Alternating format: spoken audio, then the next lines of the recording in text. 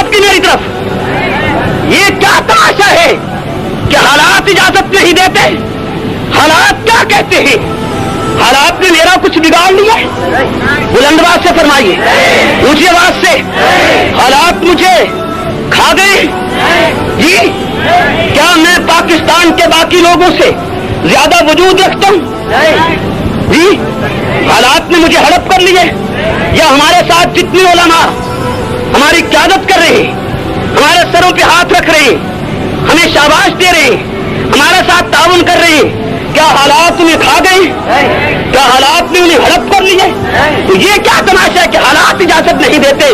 حالات قربانی کی کھال وصول کرنے کی اجازت دیتے ہیں، حالات عیدی وصول کرنے کی اجازت دیتے ہیں، حالات نکاح کے خطبے کے پیسے لینے کی اجازت دیتی، حالات منہ مانگی فیس لینے کی اجازت دیتی، حالات سالن کی پلیٹ منہ پہ مار دینے کی کہ تم سالن نہیں پکا سکتے تو بلایا کیوں تھا، اس کی اجازت دیتے ہی، اور سیاہ کے کفر کے اعلان کرنے کی حالات اجازت نہیں دیتے۔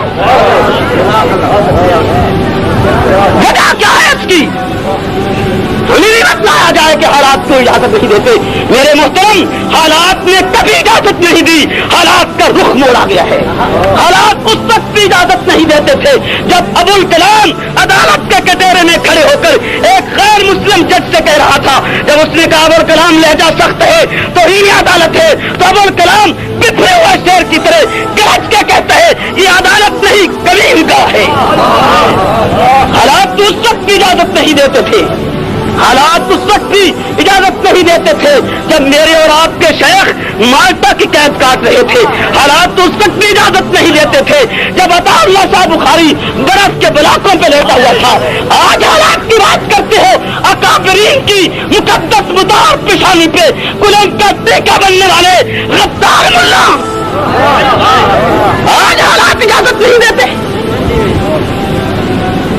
حالات کا رخ موڑا جاتا ہے، حالات بدلے جاتے ہیں، لیڈرشپ حالات کا انتظار نہیں کرتی، حالات کو اپنے پیچھے لگاتی ہے۔ کس پاگل نے کہا ہے کہ جب حالات ابو بکر کے دور جیسے ہوں گے ہم خطابت کا رنگ دکھائیں گے؟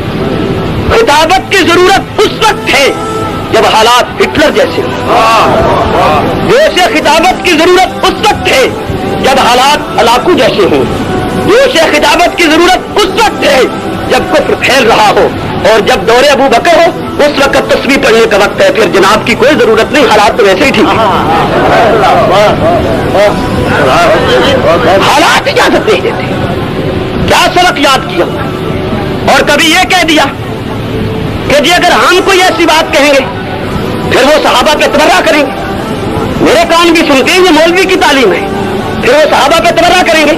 نہ وہ اگر اصحاب پیغمبر کی عظمت کو بیان کرنے کی وجہ سے اور شیعہ کفریات کو جو صدیوں پہلے سے ان کی کتب میں موجود ہیں ان کو تشدد کرنے کی وجہ سے اگر شیعت اصحاب رسول پہ تبرہ کرتی ہے تو جناب کا پیٹ پھر کلوز ہونا چاہیے۔ توجہ ہے میری طرف، کوئی بات نہیں گجری کی۔ ایک مثال قائم کر دیجئے، ڈسپلن جس قوم میں ہے وہ قوم کامیاب ہوتی ہے۔ لوگ کہتے ہیں کہ ہم ایسا کہیں گے تو پھر وہ تبرہ کریں گے، وہ تبرہ کیوں کرے گا؟ اس کا پانی میں گھر ہے، پھر جناب کا پیٹ کلوز ہو جانا چاہیے اور وہ زبان بدھی سے کھچ جانا چاہیے جو صحابہ پہ تبرہ کرے اور تیرے شہر میں کرے۔ کیا حق پہ اس لیے پردہ ڈال دیا جائے کہ پھر فلاں یہ کہے گا، وہ کہے گا ہی کیوں؟